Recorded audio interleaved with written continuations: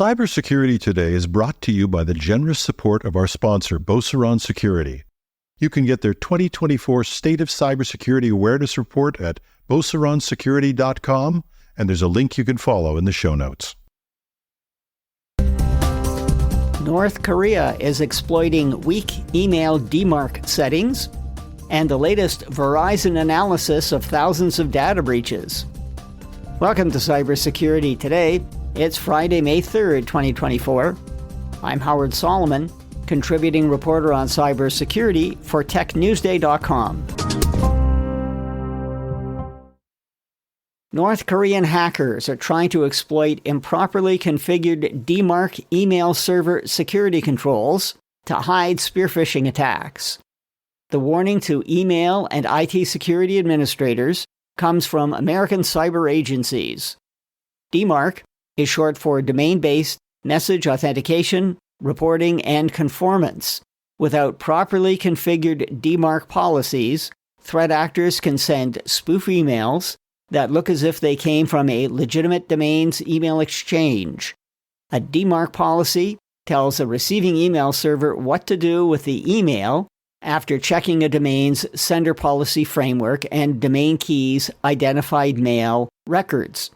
Depending on whether an email passes or fails, the email can be marked as spam, blocked, or delivered to an intended recipient's inbox. What should you be doing?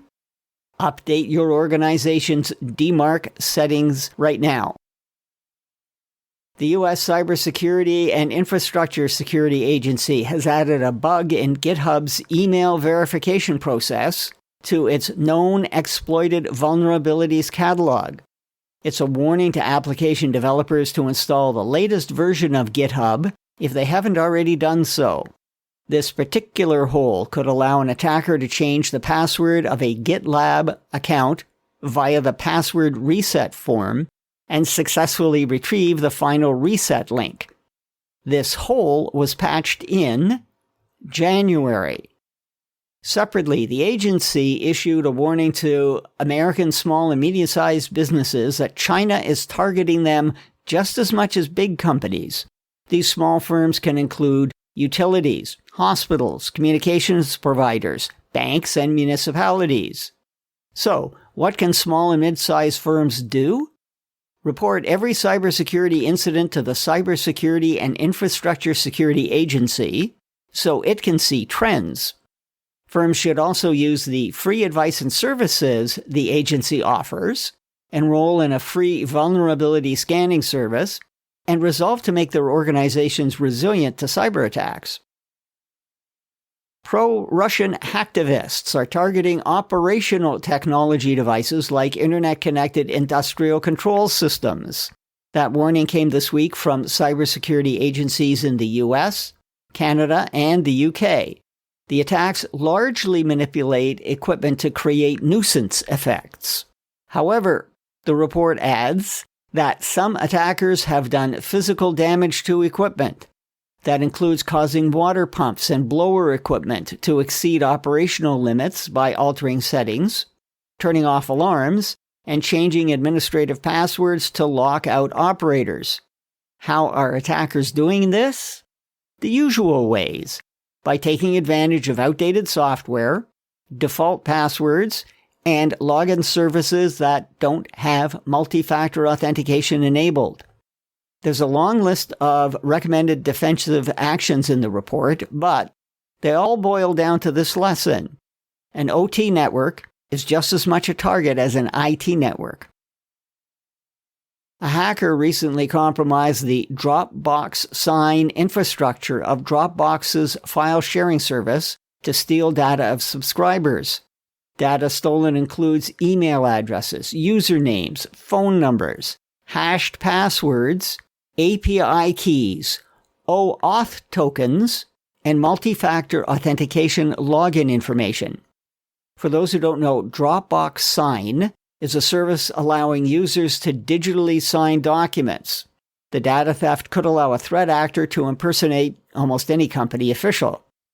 Dropbox Sign's IT infrastructure is largely separate from Dropbox, the company says, And so there is no evidence that the hacker accessed documents, agreements, or payment information. But users are being forced to reset their passwords and to create new API keys and digital tokens.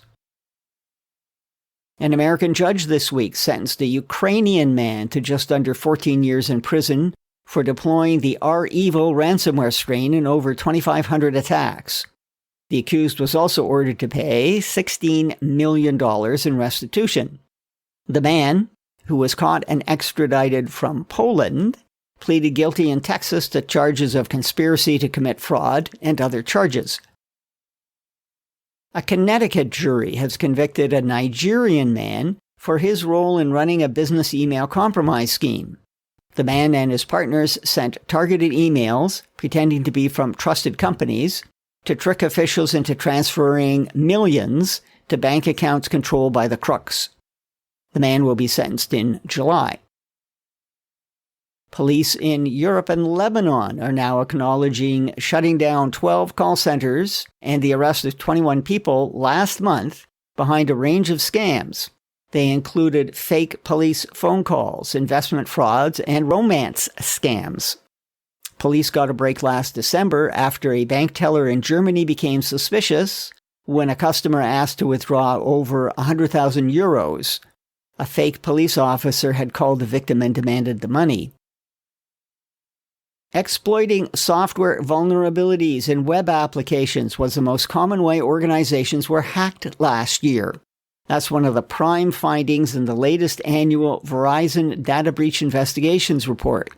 Exploited vulnerabilities in third-party suppliers, such as business partners and internet providers, was also a prime factor.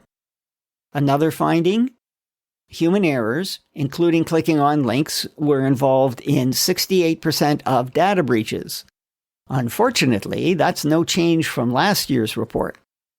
Alarmingly, the percentage of breaches caused by internal actors, such as employees or partners allowed to access IT networks, increased last year.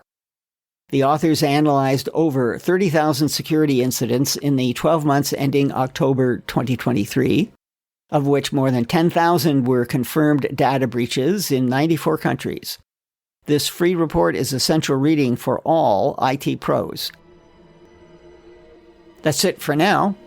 Links to details about news mentioned in this podcast episode are in the text version at technewsday.com. Follow Cybersecurity Today on Apple Podcasts, Spotify, or add us to your flash briefing on your smart speaker. Thanks for listening. I'm Howard Solomon.